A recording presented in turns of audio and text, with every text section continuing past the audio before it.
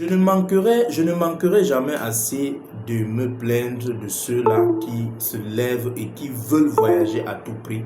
Ils ne veulent prendre aucune précaution, ils ne veulent aucun renseignement, ils ne veulent rien souffrir, ils veulent juste engager cette route pour aller parce qu'ils ne respirent plus.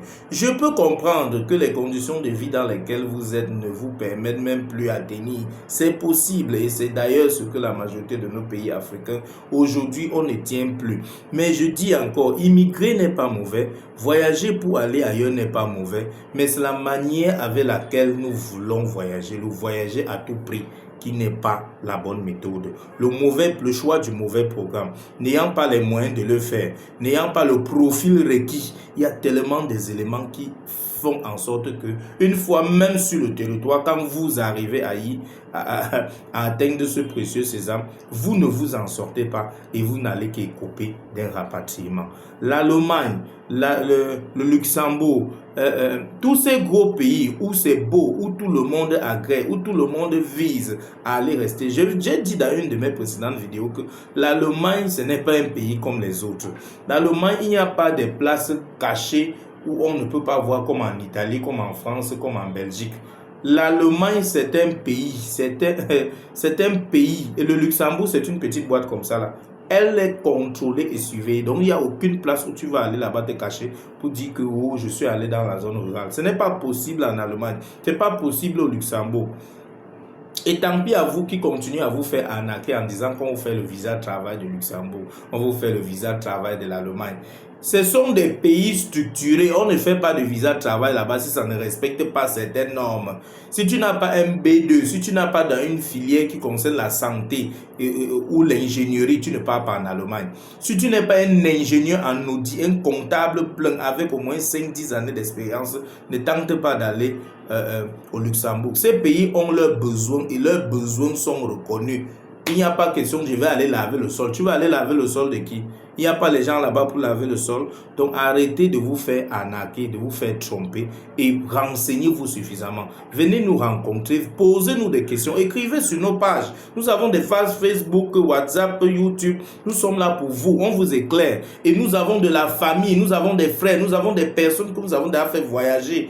Et chaque fois nous y sommes. Donc on est en partenariat, on est directement liés et on vous informe de la réalité qui se passe. On n'est pas là pour chercher de l'argent. C'est vrai que beaucoup nous motivent quand on fait ces vidéos, mais ce n'est pas l'objectif. L'objectif, c'est que vous soyez informés, vous soyez éduqués et que vous preniez une décision, une bonne décision quand vous voulez faire votre voyage. Actuellement, là, l'Allemagne est en train de rapatrier en désordre.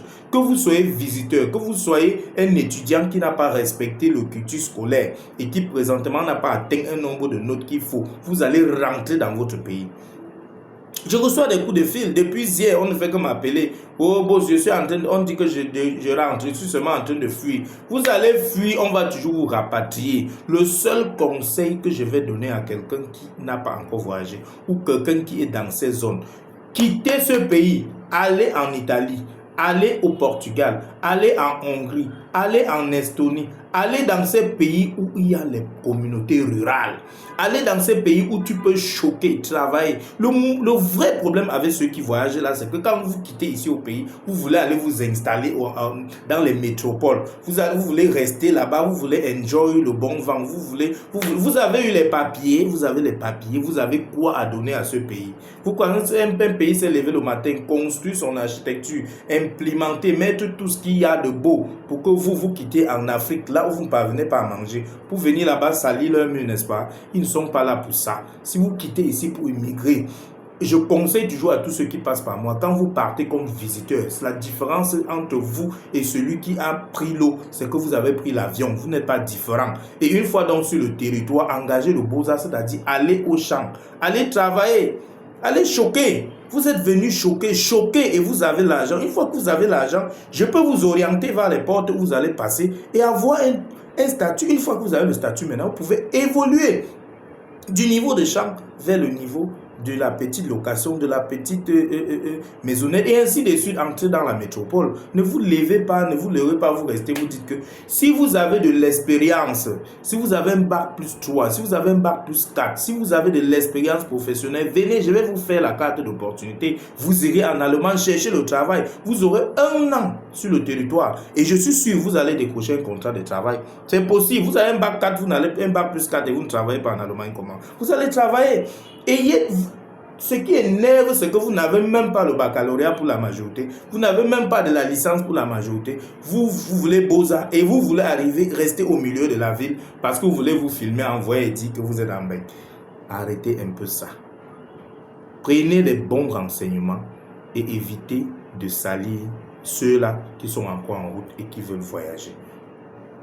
Je suis l'apôtre Tissap, votre facilitateur de procédures du voyage. Je ne suis pas consultant, je suis un facilitateur parce que je me renseigne suffisamment avant de faire mes vidéos et je suis à l'alerte, je suis à la loupe l'activité internationale sur l'immigration, sur les rénovations, sur tout ce qui se passe et je suis là pour vous informer et vous éclairer. Si vous voulez voyager, faites un choix.